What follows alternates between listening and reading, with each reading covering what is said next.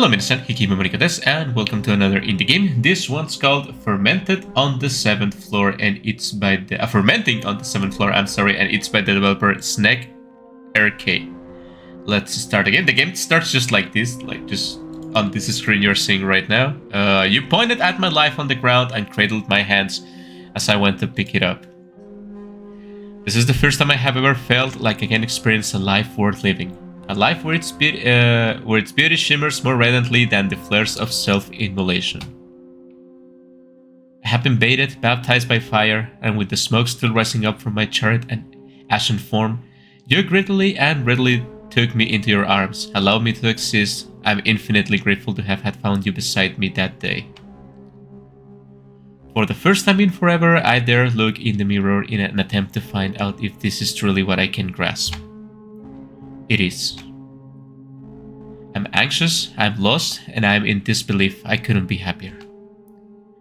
I look up at the shining precious sister moon while she blesses us, the lovers. We continue sharing, partaking in her presence. My breath feels lunar dust glittering, as if it originated from space and it's unbound from gravity as such. You fill me with an astral contentness only the moon could witness. You are the world. It is much too late and you welcome me into your bed. I do not tire of the anticipation of getting to see you again. On the days where you invite me over your doorstep and I get to see how alive your apartment is. Apartment? It feels like I get to be part of this cacophony of blossoms, like I get to be a beautiful flower eager to be cared for and bathed in sunlight, and show you just how pretty I can be when the day is right. And yet, I struggle threatening to fall apart most days. The rhythm of Inferno beckons me even ever forth, a trivial act of destroying everything that I love for the sole reward of embracing my endless terminal self-hatred.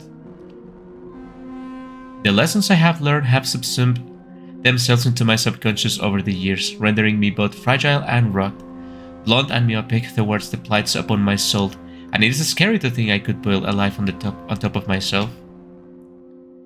The self is ever-changing, you only live once.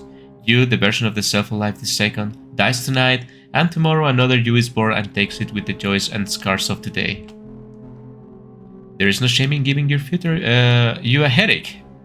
I try not to hate past me too much. It barely ever works.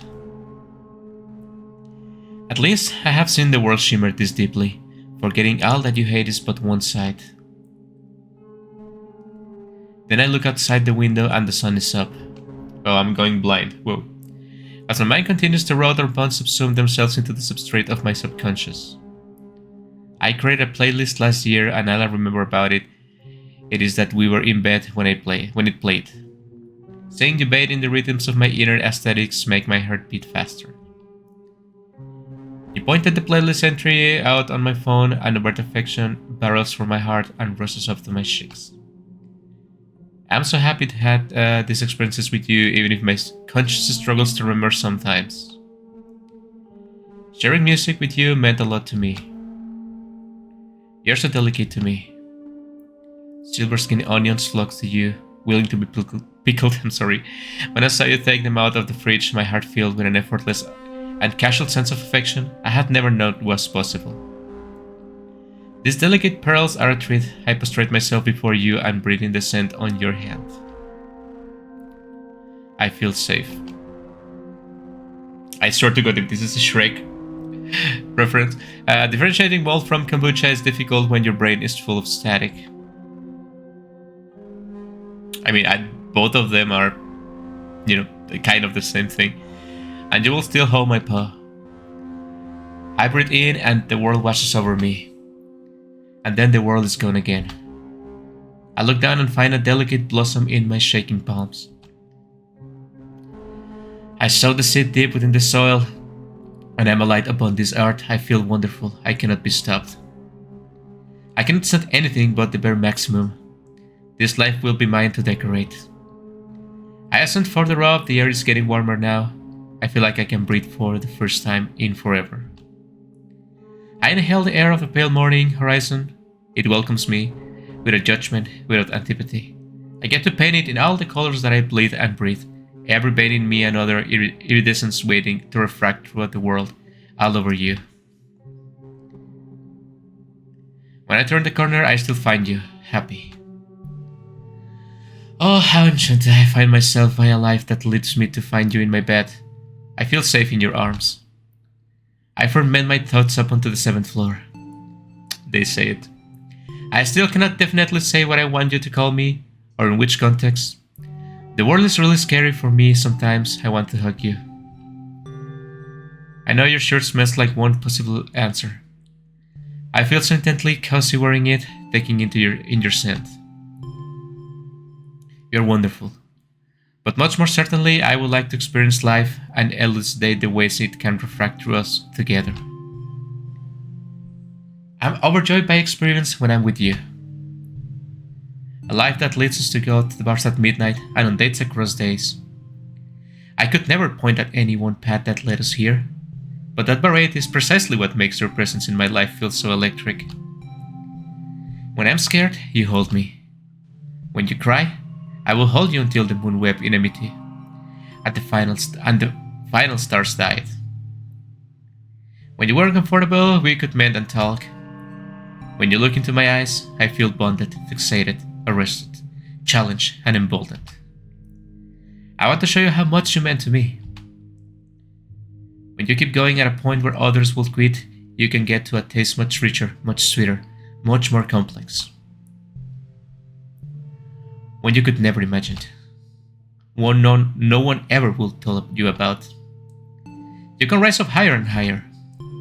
The laws of physics never apply to you anyways. Others abandoned me and I held on where they let go when I was offered the opportunity. I'm so exceptionally curious to know where this can and will go. I come up the stairwell now and rest my palm in yours. I place the jar of self-made at midnight forest pesto up on the balcony. I exhale. I feel warm. I feel curious. I feel determined. I'm so proud to find my feelings for you up here, fermenting on the 7th floor.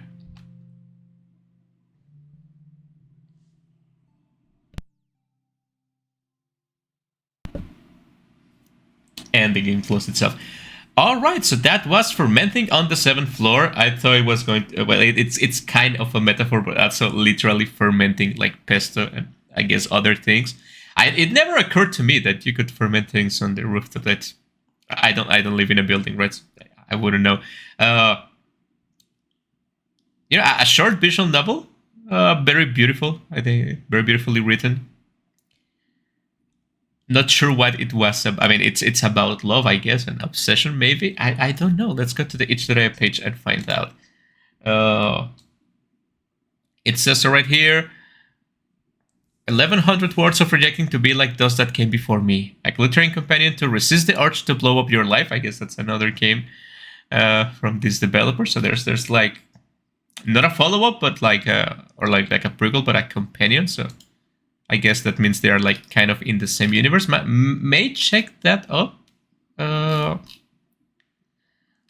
Let's see if I can find it in here. There's plenty of games by this developer. But anyway, just as a standalone visual novel, I think it was really beautiful. If you guys want to play the game, the link will be down in the description with all the games I played so far. Please give it a try. Thank you guys for watching. Thank you, developer, for making the game. It was really beautiful. And I will see you guys in the next indie game.